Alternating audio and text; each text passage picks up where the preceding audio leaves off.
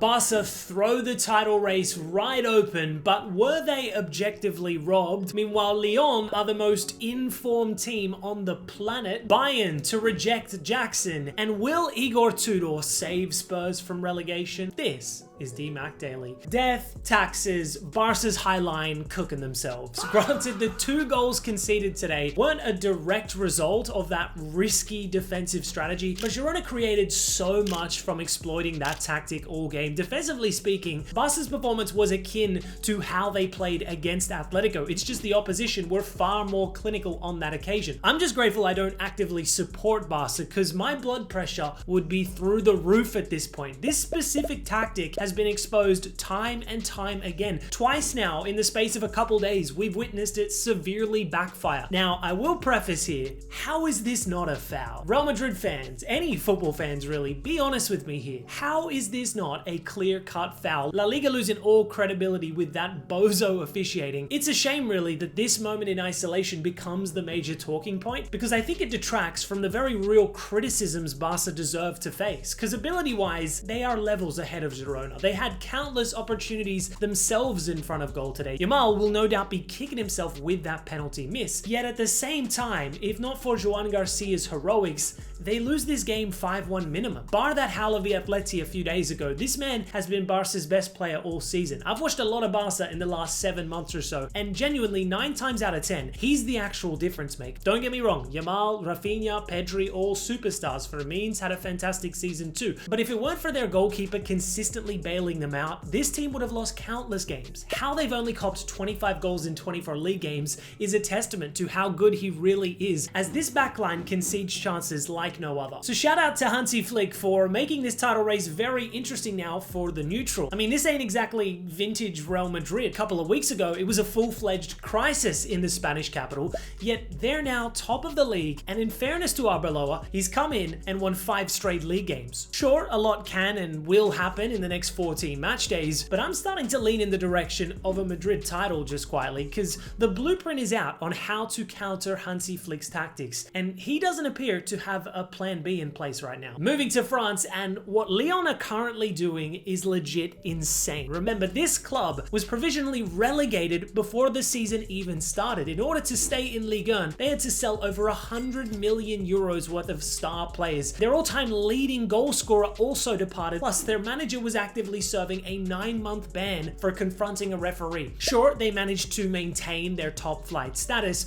but don't get it twisted, they were at rock bottom. One of France's most historical clubs had fallen, or so it seemed. Lyon managed to bring in 10 new recruits for a little over 35 mil. The expectations were still incredibly low heading into the 25-26 season, yet under the guidance of Fonseca, albeit from a distance, Lyon would start the season surprisingly well. Long gone were the days of Cherki, Lacazette, Almada, Mikotadze in attack. This new look Lyon was nowhere near as talented, but the team was collectively churning out results both domestically and in Europe. By December, they were up to 5th in Ligue 1 despite not having a talisman of any sort. Their top scorer at the time, Pavel Schulz, was an attacking midfielder deputizing as a makeshift 9 and had only 5 league goals to his name. Hardly prolific, however, from mid-December onwards, something clicked in this team and they suddenly molded into an unstoppable winning machine. Aided by the January arrivals of 6 new recruits, including Real Madrid's Endrick, they have transformed into Europe's best performing team, winning 13 games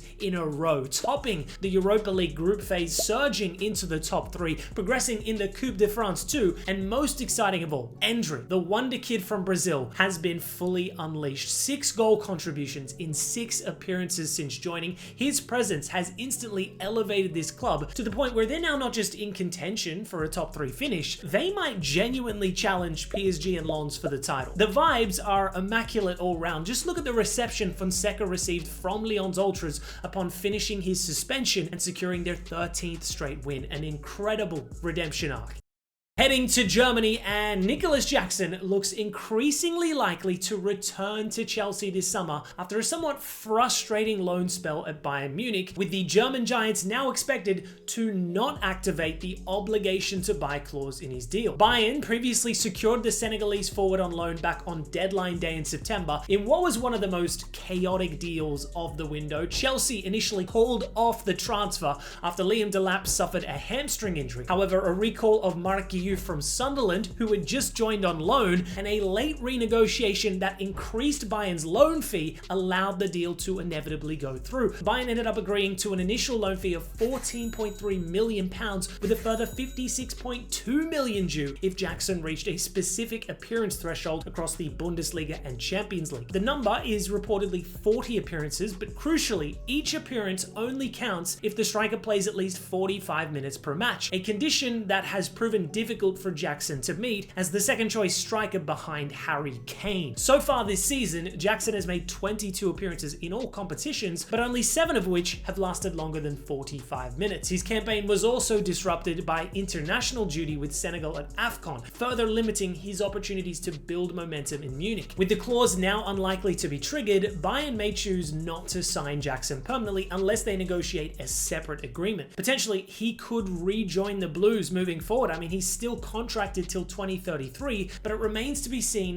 where he stands at the club. Liam Rosenior may be keen to bring him back next season, but considering Chelsea also have Pedro, Delap, Guiu, and as of next season, Emmanuel Omega on the books up top, all 4 of which, by the way, are younger than Jackson, I'm not entirely sure if the club wants to keep the player or if the player himself wants to remain. He's a very polarizing figure amongst the Chelsea fan base. Many believe he was rather unfairly criticized over the years, that his output was decent, and the best of all, he linked up very well with Cole Palmer. However, there is a similarly large crowd of fans that bemoaned his frequent inconsistency in front of goal and the discipline issue he faced. 20 separate bookings in 2 years. Basically, you either love him or hate him. Staying in England, and Spurs are in a critical situation. A genuine threat of relegation now looms. A club that has no apparent identity either. They went from Poch's high pressing to the pragmatism of Mourinho and Nuno, to Conte's rigid structure, to Ange Ball, and then Thomas Frank, a man who was supposed to blend these extremes into one coherent system. But after only 8 turbulent months in charge, Spurs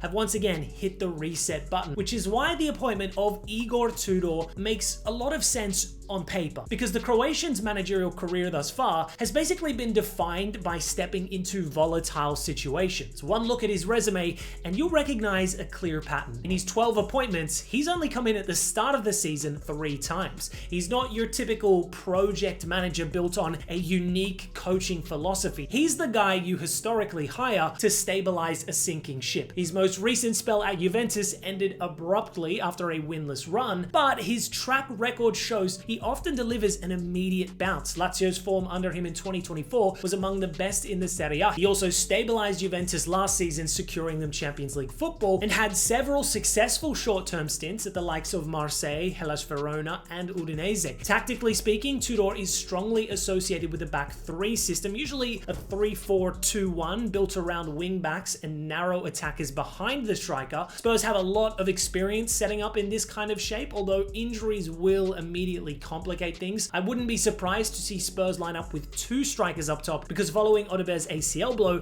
they don't have any outright right-sided attackers readily available. Stylistically, Tudor is not an outright defensive coach in the Conte or Mourinho mold. His football is aggressive, built on high pressing and man-to-man defensive triggers. When it works, his teams appear highly organized and surprisingly attacking. However, long-term, I doubt he's the answer for Spurs, which is why they've only appointed him as an interim till the season's end. If you watched Juve in 24-25, his team looked impressive, rejuvenated, but the following season, it was the exact opposite. They were predictable, uninspiring in attack, and he was eventually sacked. I have no idea how his methods will translate to this Spurs team. I do believe, though, he has the credentials to complete the job he's imminently tasked with, preventing relegation. Anyways, guys, that's all for today's DMAC Daily. Thanks for tuning in, and I'll see you tomorrow.